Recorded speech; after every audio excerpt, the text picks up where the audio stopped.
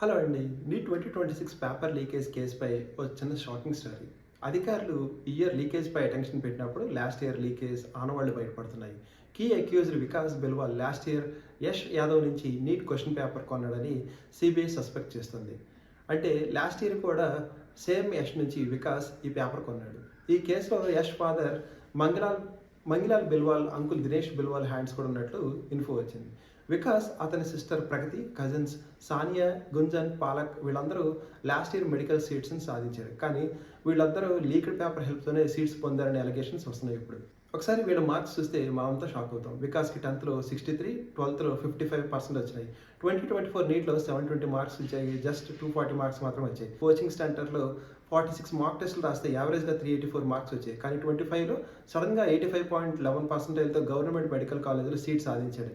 అతని సిస్టర్ ప్రగతి కూడా 10th 69%, 12th 91% marks, 24లో నీట్లో 355 marks మాత్రం వచ్చింది. కోచింగ్ సెంటర్లో 50 మాక్ టెస్ట్ రాస్తే నెవర్ క్రాస్ 342. కానీ 25లో 92%తో గవర్నమెంట్ మెడికల్ కాలేజ్లో సీట్ వచ్చింది. కజిన్ సానియాకి 10th 63, 12th 89% వచ్చింది. 24లో 320 మార్క్స్ వచ్చినాయి. కోచింగ్లో 49 మార్క్ టెస్ట్ రాస్తే 340 to 361 మధ్యలో ఉండేది. కానీ నీట్లో 94%తో గవర్నమెంట్ కాలేజ్ సీట్ వచ్చింది. పాలక్కి 10th 93%, 12th 89%, 24లో 512 మార్క్స్, కోచింగ్లో 50 టెస్టుల్లో నెవర్ 550 నుంచి 550 దాటలేదు. కానీ 25 నీట్లో 98%లో జైపూర్లో గవర్నమెంట్ మెడికల్ కాలేజ్లో సీట్ సాధించింది. ఇప్పుడు సేమ్ ఫ్యామిలీలో రిషి కోసం కూడా పేపర్ కొన్నారని అలిగేషన్స్ వచ్చాయి. అతనికి 10th 43, 12th 50% మాత్రం మార్క్సే వచ్చాయి. CBI NEET UG paper leak కేసులో ఇన్వెస్టిగేషన్ ఇంటెన్సిఫై చేసింది. దీనిలో కెమిస్ట్రీ లెక్చరర్ పివి కులకర్ణిని పూణేలో అరెస్ట్ చేశారు. అతనే ఈ కాన్స్పిరసీ మొత్తానికి మాస్టర్ మైండ్ అని సిబిఐ భావిస్తుంది. కులకర్ణి లాంగ్ టైం నుంచి ఎన్టీఏలో నీట్ క్వశ్చన్ పేపర్ ప్రిపేర్ చేసే కమిటీలో ఉన్నారు.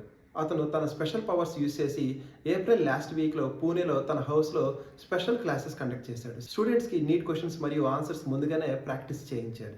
వాళ్ళ నోట్బుక్లో రాసుకున్నారు. సేమ్ క్వశ్చన్స్ మే 3న నీట్ పేపర్లో వచ్చాయని సిబిఐ ఐడెంటిఫై చేసింది. ఈ సెషన్స్లో పార్టిసిపేట్ చేసిన స్టూడెంట్స్ నుంచి accused lakhs of rupees collect చేశాడని ఎలిగేషన్స్ వచ్చాయి. కెమిస్ట్రీ పేపర్ ఎక్కడి నుంచి లీక్ అయిందో క్యాష్ ట్రాన్సాక్షన్స్లో మిడిల్ మ్యాన్ ఎవరో సిబిఐ ఫైండ్ అవుట్ చేసినట్లు అఫీషియల్స్ రివైల్ చేశారు. ఇంకో సైడ్ క్యాన్సిల్ చేసిన ఎగ్జామ్ని మళ్ళీ జూన్ 21న ఈ పరీక్ష నిర్వహించినట్లు ఎన్టీఏ ఫ్రైడే చెప్పింది. ఈ నేపథ్యంలో కేంద్ర విద్యాశాఖ మంత్రి ధర్మేంద్ర వచ్చే ఏడాది నుంచి నీట్ పరీక్ష ఆన్లైన్లో నిర్వహిస్తామని, ఈసారి ఎలాంటి పరిస్థితుల్లో మాల్ ప్రాక్టీస్ జరగకుండా చూసుకుంటామని చెప్పారు. రిజల్ట్స్ రీటెస్ట్ కోసం విద్యార్థులు నచ్చిన నగరాన్ని ఎంచుకోవడానికి వారం రోజులు గడువిస్తున్నామని, జూన్ 14 నుంచి అడ్మిట్ కార్డులు విడుదల చేస్తామని, నీట్ కోసం మళ్ళీ ఫీజు చెల్లించాల్సిన అవసరం లేదని సామాజిక మాధ్యమాల్లో చక్కర్లు కొడుతున్న వార్తలు చూసి విద్యార్థులు ఆందోళన చెందొద్దని, పరీక్ష రద్దు కారణంగా కలిగిన అంతరాయాన్ని, ఒత్తిడిని దృష్టిలో పెట్టుకుని రీటెస్ట్ సమయంలో విద్యార్థులకు 15 నిమిషాలు అదనపు సమయాన్ని ఇవ్వనట్టు ఆయన చెప్పారు. థ్యాంక్ యూ అండి. జై హింద్.